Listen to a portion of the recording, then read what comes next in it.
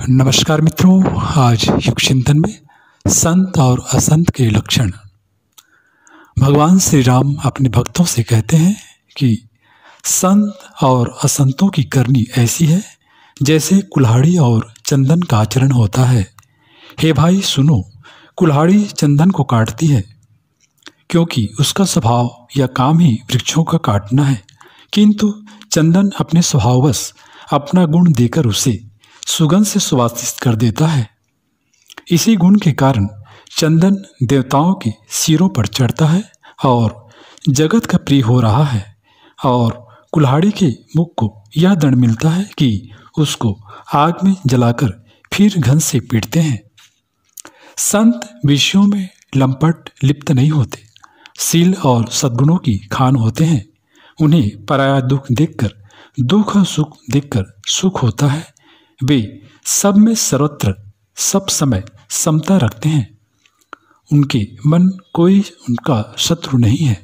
वे मद से रहित और वैराग्यवान होते हैं तथा लोभ, क्रोध, हर्ष और भय का त्याग किए होते हैं।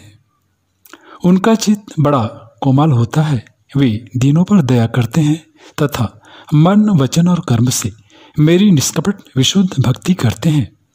सबको सम्मान देते हैं पर स्वयं मान रहित होते हैं।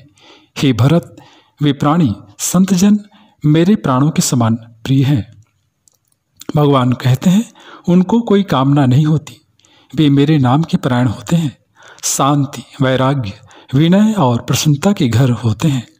उनमें शीतलता, सरलता जैसे सबके प्रति मित्रभाव और ब्राह्मण के चरणों में प्रीति होती है जो धर्मों का उत्पन्न करने वाली है। हे तात, ये सब लक्षण जिसके हृदय में बसते हों उसको सदा सच्चा संत जानना, जो सम, मन के निग्रह, दम अर्थात इंद्रियों के निग्रह, नियम और नीति से कभी विचलित नहीं होते और मुख से कभी कठोर वचन नहीं बोलते, जिन्हें निंदा और स्तुति, बड़ाई दोनों समान है, और मेरे चरण कमलों में जिनकी ममता है वे गुणों के धाम और सुख की राशि संतजन मुझे प्राणों के समान प्रिय है। भगवान राम कहते हैं कि अब असंतों अर्थात दुष्टों का स्वभाव सुनो। कभी भूलकर भी उनकी संगति नहीं करनी चाहिए। उनका संग सदा दुख देने वाला होता है। जैसे बुरी जाति गाय का फिला सीधी सुधार गाय को अपने संग से नष्ट कर डालती है, वैसे ही दुष्टों के हृदय में बहुत अधिक संताप रहता है। वे पराई संपत्ति अर्थात सुख देखकर सदा जलते रहते हैं। वे जहाँ कहीं दुष्टों की निंदा सुन पाते हैं वहाँ ऐसे हर्षित होते हैं मानो रास्ते में कोई बड़ी निधि यानी खजाना मिल पी हो। वे काम, क्रोध, मद और लोभ के कारण तथा निर्दयी, कपटी, कपटिल और पापों के घर होते हैं। वे बिना ही कारण सब किसी से बैर किया करते हैं। जो भलाई करता है उसके साथ भी बुराई करते हैं। उनका झूठा ही लेना और झूठा ही देना होता है। झूठा ही भोजन होता है और झूठा ही चबेना होता है।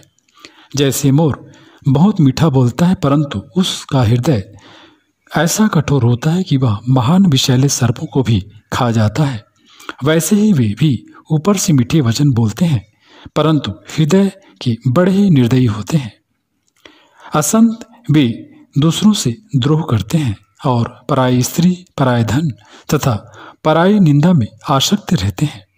वे पामर और पापमय पुरुष नर शरीर धारण किए हुए राक्षसी हैं। लोभ ही उनका ओढ़ना और लोभ ही बिछौना होता है, अर्थात लोभ ही से वे सदा घिरे हुए रहते हैं। वे पशु के समान आहार और मैथुन के ही परायण होते हैं। उन्हें यमपुर का भय नहीं लगता। यदि किसी की बुराई सुन पाते हैं तो वे ऐसी ही दुख भरी श्वास लेते हैं मानो उन्हें बुखार आ गई हो, और जब किसी की विपत्ति देखते हैं तब ऐसे सुखी होते हैं मानो जगत भर के राजा हो गए हों। वे स्वार्थपरायण, परिवार वालों के विरोधी, काम और लोभ के कारण लंपट और अत्यंत क्रोधी होते हैं। वे माता, पिता, गुरु और ब्राह्मण किसी को नहीं मानते। आप तो नष्ट हुए ही रहते हैं। साथ ही अपने संग से दूसरों को भी नष्ट करते हैं। मोहवश दूसरों से द्रोह करते हैं। उन्हें ना संतों का संग अच्छा लगता है, ना भगवान की कथा ही सुहाती है।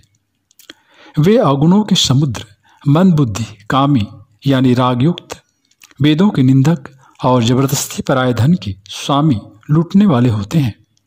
वे दूसरों से द्रोह तो करते ही हैं, परंतु ब्राह्मण द्रोह विशेषता से करते हैं। उनके हृदय में दम और कपट भरा रहता है, परंतु वे ऊपर से सुंदर वेश धारण किए रहते हैं। ऐसे नीच और दुष्ट मनुष्य सतयुग और त्रेता में नहीं होते, द्वापर में थोड़े होंगे और कलयुग में तो इनके झुंड के झुंड होंगे।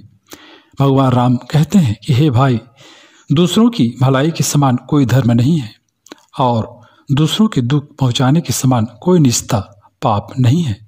हे तात, समस्त पुराणों और वेदों का यह निर्णय निश्चित सिद्धांत मैंने तुमसे कहा है।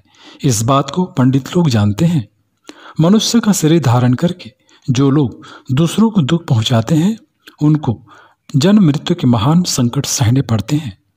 मनुष्य मोहवश स्वार्थपरायण होकर अनेकों पाप करते हैं, इसी से उनका परलोक नष्ट हुआ रहता है। हे भाई, मैं उनके लिए काल रूप भयंकर हूँ और उनके अच्छे और बुरे कर्मों का यथायोग्य फल देने वाला हूँ। ऐसा विचार कर जो लोग परम चतुर हैं, वे संसार के प्रवाह को दुख रूप जानकर मुझे ही भजते हैं। इसी से वे शुभ और अशुभ फल देने वाले कर्मों को त्याग कर देवता, मनुष्य और मनुष्यों के नायक मुझको भजते हैं। इस प्रकार मैंने संतों और असंतों के गुण कहे।